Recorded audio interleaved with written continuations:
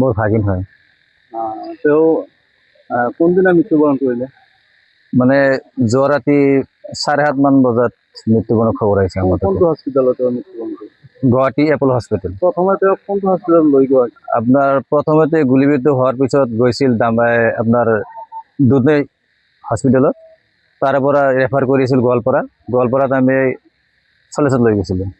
কেইটা গুলি তেওঁ লাগিছিলে? তেওঁৰ গুলি মই দেখা মতে 3টা আৰ কি লাগিছে, 2টা দেহাৰ ভিতৰত লাগিছিল আৰু এটা এনেকৈ সাইডেদি ফুটা হৈ ওলাই গৈছিল। লাষ্ট তেওঁৰ মৃত্যু কোনটো হস্পিটেলত হ'ল?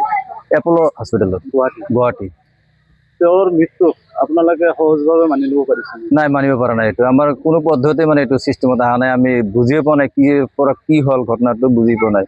আমাৰ এটা দাবী থাকিব প্ৰধানৰ বিষয়ত উচিত তদন্ত কৰি মূল দোষীজনক কৰায়ত্ব কৰি শাস্তি বিহিলে আমি নথৈ আনন্দিত হ'ম আৰ কি। আবু সাইদেৰ ঘৰ ক'ত? ঘৰ বাগমাৰা চৰত, বৰপেটা ডিষ্ট্ৰিক্টত চেঙা সমষ্টিত।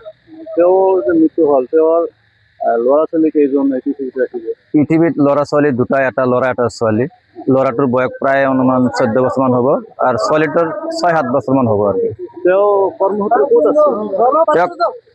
কৰ্মসূত্ৰত আছিল আপোনাৰ দুধনৈ দামৰা বুলি কয়, দামৰাত আছিল। ব্যৱসায় তাতে কৰিছিল তেখেতে। আবু সাইদ কেনেকুৱা স্বভাৱৰ আছিল? তেওঁ ভাল স্বভাৱৰ, মই কোনোদিন বেয়া দেখা নাই। মোৰ ভাগিনী হ'লেও মানে মানুহৰ পৰা শুনা পাইছোঁ কোনো বেয়া বুলি ক'ব নোৱাৰে।